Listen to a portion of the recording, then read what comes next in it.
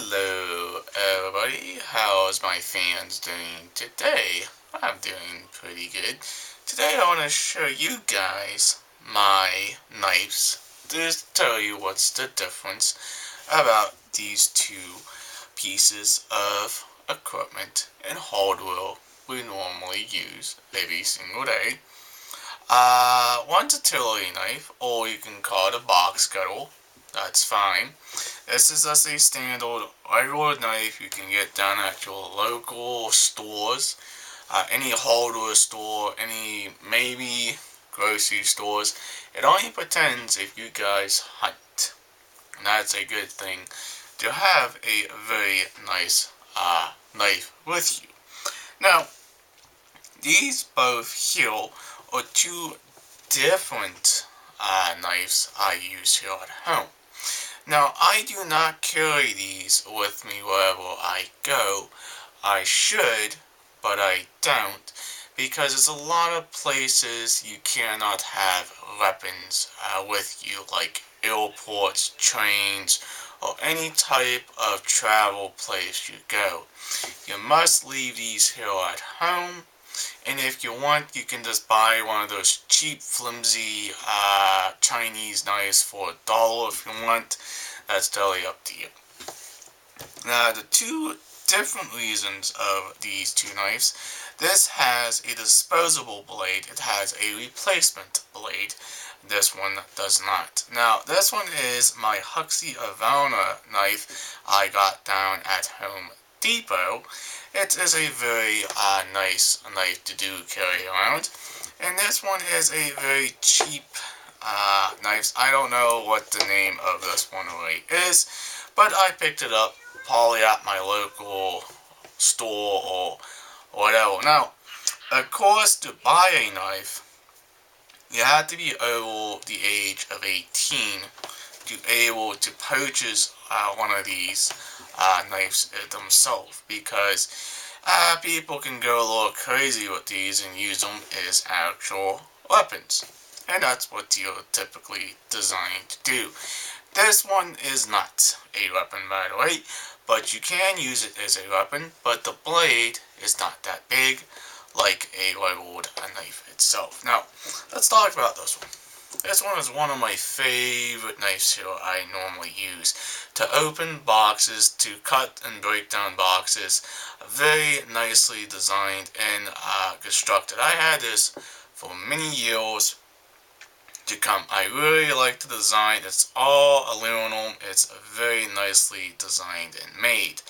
Now, the biggest downfall, guess where it's made? Mostly in China, because these are mostly mass produced. Now, I don't know if Husqvarna makes this style knife anymore or not. I just picked it up down at Lowe's. It was only about, say, $10 just for this knife alone. It only came with the one blade itself. You can get replacement blades for this. It's very awesome as well. And I really like the sound of when it clicks and you know it's locked in. You guys can see I can't pull that down. That is a locking mechanism versus some of my own knives I had in the past. Or mostly junk and I threw them away. This is a stainless steel blade. This is a removable to take out. You just get a newer set of blades, and all you do is you have this. You don't have that. If you want to carry this around without the blade in it, go for it. That's up to you. You can get these down at any hardware store or a local stores themselves as well. This blade is a very sharp blade itself. It has a razor edge sharpness to it. Very sharp indeed. You can cut paper, you can cut cardboard or tape with this knife, and you can cut plastic with this blade as well. This will get dull over time. Now, of course, can you resharpen these thin blades? You could if you really wanted to, but I don't recommend trying it because it's just so razor thin. And to put it back in, what I do is push this little lever here and just slide her back in. And make sure she locks in. You want a good style blade and a nice one as well. Now this button here is push. You push this to unlock the blade and flip it over and to replace it itself. Now this knife over here is not the exact same build quality as this one. This is also all aluminum and metal as well. And it also has a stainless steel blade as well. Now this one, I really gotta watch carrying this around because this is considered a pocket knife. This is considered a pocket knife. This is considered a artillery knife. You can carry this down at where you work. It only depends on where you work, your instruction, or whatever, being a general or being a maintenance guy. You must have one of those on hand if you need them. This I cannot take to work with me because I work at a hotel business and I cannot take any type of weapons with me down at work to do anything, cut down boxes or anything like that. This is okay. I like it a lot. It's very sturdy and it really locks in as well. The trick with this one, it does not have a replacement blade. There's no tricks to this one. You constantly had to sharpen the blade on this one. You gotta make sure you get that angle right and that tip as well. This knife has never been sharpened at all. It's dull as heck. It won't even cut shoe boxes. Now, this knife does not have any type of ridges on it or scalping on it. It's just a completely straight, flat blade. Very nice as well. Very nicely designed and very cool is the same exact reason why I picked this knife. And yes, it is kind of beat up. It's all mauled up. I dropped it 1,000 times on the ground.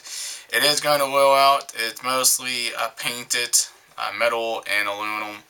One thing I don't much mind about this blade is locked in. Biggest problem with these knives is this locking mechanism right down below here. If you actually have a cheap Chinese knife made out of plastic and only has that steel band, I actually do have one of those. Worst piece of crap ever. Your blade will be floppy and loose, and it's double-sided as well. It's on both sides.